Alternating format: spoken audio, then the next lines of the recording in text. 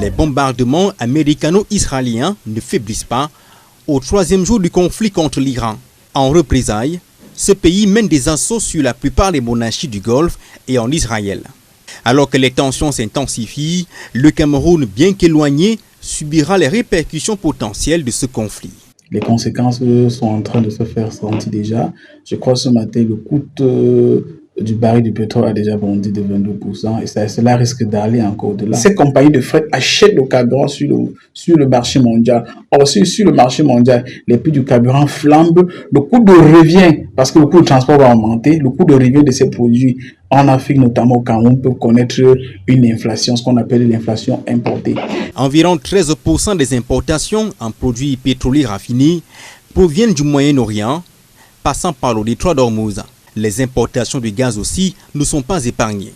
Ici, là, sur le plan national, l'impact peut se faire ressentir. On peut assister à une augmentation du prix du carburant à la pompe. Mais surtout, à côté de cela, nous importons, nous savons, un des grands producteurs du monde de gaz, c'est le Qatar. Et le gaz exporté par le Qatar passe par le détroit d'Ormuz. Or, si nous continuons à importer comme on est en train de le faire pour une certaine partie, même comme nous posons d'autres sur le territoire, on peut assister à une inflation du coût du gaz et du carburant. Le Cameroun et les autres pays qui utilisent le franc CFA risquent de subir les effets d'une probable dévaluation de cette monnaie. Pourquoi? Parce qu'en réalité, le franc CFA est extrêmement fragilisé, particulièrement pour la BEAC dans la zone Afrique centrale. C'est un secret de polichinelle. Il y a un débat qui est en train d'être fait sur la dévaluation du franc CFA. Le flux de nos exportations est extrêmement affaibli. Donc, il n'y a pas assez de devises pour pouvoir payer les importations. En fait, si nous importons des produits pétroliers à un niveau extrêmement élevé, on est contraint de les payer en devises, notamment en dollars et en euros. Étant donné que les caisses sont extrêmement vides, cela aura un impact sur notre économie extrêmement difficile. En dehors des produits pétroliers, l'importation massive des denrées alimentaires, automobiles et bien d'autres connaîtront une inflation des prix sur le marché local camerounais. Information donnée ce soir par CNN. J'arrête tout de suite Ulysse Gosset. Le consulat américain à Dubaï donc en feu après avoir été frappé par un drone suspect iranien. C'est comme ça que c'est présenté. C'est ce qu'affirme une source américaine à CNN ce soir, Ulysse. Oui, juste pour préciser qu'il y a déjà deux ambassades qui ont été fermées, deux ambassades américaines qui ont été fermées. La première en Arabie Saoudite, c'est pas rien. Absolument. Elle a été frappée par deux drones et c'est l'une des plus grosses ambassades de la région. On sait les relations qui existent entre Riyad et Washington. Et puis au Koweït également. Et enfin, l'ambassade américaine au Liban, elle aussi est affectée par le début du conflit qui arrive maintenant au sud Liban. Et donc, ses activités sont perturbées, pour ne pas dire complètement arrêtées.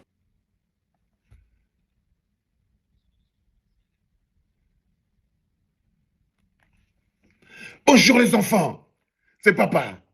Mon mur est un asile psychiatrique à ciel ouvert et ma salle d'attente est toujours bondée. Bienvenue à la clinique les enfants. Ça c'est la nuit qu'ont passé les mecs à Dubaï hier. Le consulat américain à Dubaï a dû prendre feu sous l'attaque des drones iraniens. Ça c'est la nuit qu'ils ont passée hier. Hier c'était une nuit très compliquée. Hier c'était une nuit très compliquée. Je vais vous expliquer parce que dans le deuxième podcast, vous aurez la gifle que les Espagnols ont envoyée à Donald Trump. Mais hier, c'était une soirée très compliquée, extrêmement compliquée, pour les différentes représentations diplomatiques américaines partout dans le Moyen-Orient. Donc hier, c'est le consulat américain de Dubaï. Après que l'ambassade prestigieuse du Cameroun, Cameroun, ils sortent aussi cette histoire, l'ambassade prestigieuse des États-Unis d'Amérique à Riyad, en Arabie Saoudite, est explosé l'un des plus gros complexes militaro-industriels existants dans le Moyen-Orient. C'est l'ambassade des États-Unis à Riyad. Maintenant, là, vous êtes sur le consulat américain de Dubaï, au Qatar. Dubaï. Et il y a un Camerounais, parce qu'on fume beaucoup l'huile là-bas au pays et tout. Vous savez, vous n'êtes pas obligé de venir vous étaler ici sur ma clinique. Je vous l'ai déjà dit que parfois, même quand je suis dans les choses internationales, vous venez toujours avec vos ressentis personnels que vous avez contre moi. Vous venez toujours étaler votre bêtise ici. Même quand on vous laisse avec le Cameroun, vous venez toujours vous énerver ici. Je ne comprends pas. Je ne comprends pas. Alors, il y a quelqu'un qui vient se placer et dit que, oh, Vincent, on laisse des histoires là. Les Iraniens tirent les balles, ils tirent les missiles, ils tirent les drones. Est-ce que ça touche alors les États-Unis? Est-ce que ça arrive aux États-Unis? Vous, les Camerounais, aïe! Hey, Seigneur Dieu Tout-Puissant. Mais bon, on ne peut pas te donner un fardeau que tu peux apporter. Le Seigneur ne pouvait pas me donner un fardeau que... Donc, on a des petites sardinettes qui débarquent ici parce que, entre les questions, ils me posent comment c'est que tu peux supporter le régime iranien alors que tu combats Paul Biya. Il faut fumer moins. Il faut fumer moins, les gars. Vous vous mettez un peu dans les problèmes compliqués. Donc, quand les gars me posent ce type de questions, je regarde, je comprends qu'ils ont des problèmes, je dois expliquer. Vous savez à partir de quel endroit les États-Unis d'Amérique contrôlent et combattent l'Iran, eh ben, c'est à partir de l'Arabie Saoudite. Ok? Eh ben, c'est à partir du Qatar. Ok, c'est à partir de Oman. C'est à partir du Bahreïn. C'est à partir de ces endroits-là où il y a toutes les bases américaines. Ce sont ces bases américaines qui servent de rampes de lancement des missiles qui vont détruire, tuer des enfants dans des hôpitaux, dans des écoles, dans des mosquées, en Iran, à Téhéran. C'est-à-dire que quand on frappe un missile à partir du Bahreïn, quand on frappe un missile à partir de l'Arabie Saoudite, ça tombe directement sur une école comme la dernière fois, 148 fillettes. 148 fillettes dans une école en Iran. Soufflez. Soufflez. Alors tu vas demander à l'Iran qui, eux, ne tapent pas les écoles. Ils ne tapent pas les écoles en Arabie Saoudite. Les Iraniens ne tapent pas les écoles. Ils ne tapent pas les hôpitaux. Tu entends là qu'ils ont touché, ils ont touché un porte-avions. Tu entends qu'ils ont touché l'ambassade et tout. Leur ciblage est précis. C'est comment? Est-ce que leurs drones sont plus précis que les missiles israéliens et américains? C'est la question que vous devez vous poser.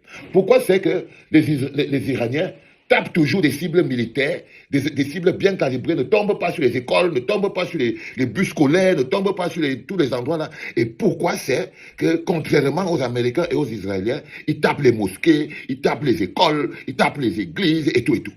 Parce que justement, ils sont dans l'opération nettoyage.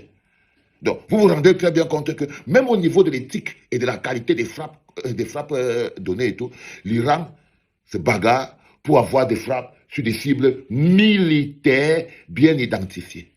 Sur des frappes militaires bien identifiées. Ils évitent les écoles, ils évitent les hôpitaux, ils évitent tout ça. Mais parce que aussi mon petit Camerounais qui est là-bas en train de fumer sa poussière au milieu de son hachou et son gari, au milieu de ses moustiques et de ces trucs-là. Non, cher ami, quand vous voyez l'ambassade des États-Unis en Arabie Saoudite, ce sont les États-Unis.